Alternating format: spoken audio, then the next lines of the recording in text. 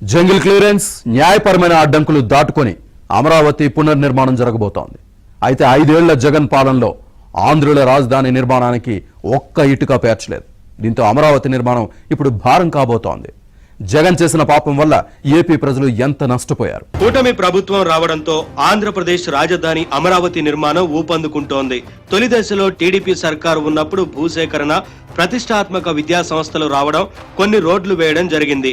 అయితే 2019లో జగన్ ప్రభుత్వం వచ్చాక 3 రాజధానుల పేరుతో అమరావతి నిర్మాణాన్ని ఆపేశారు. తన 5 ఏళ్ల పాలనలో ఒక్క ఇటుక కూడా పేర్చలేదు.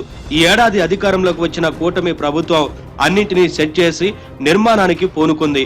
అయితే 5 ఏళ్లు జగన్ అలసత్వానికి ఆంధ్రప్రదేశ్ ప్రజలు భారీగానే మూల్యం చెల్లించుకుంటున్నారు. అమరావతి నిర్మాణ వ్యయం ఇప్పుడు ఏకంగా 30% పెరిగింది. ఇది ప్రాథమిక అంచనా మాత్రమే.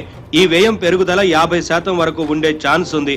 పాత పనులకు మళ్లీ టెండర్లు పిలిస్తేనే 2500 కోట్లకు పైగా భారం పడుతోంది. పాత కాంట్రాక్టులు రద్దు చేసుకోవడానికి 286 కోట్ల రూపాయలు వెచ్చించాల్సి వచ్చింది. జీఎస్టీ పెరగడంతో మరో 452 కోట్లు చెల్లించాల్సి వస్తోంది.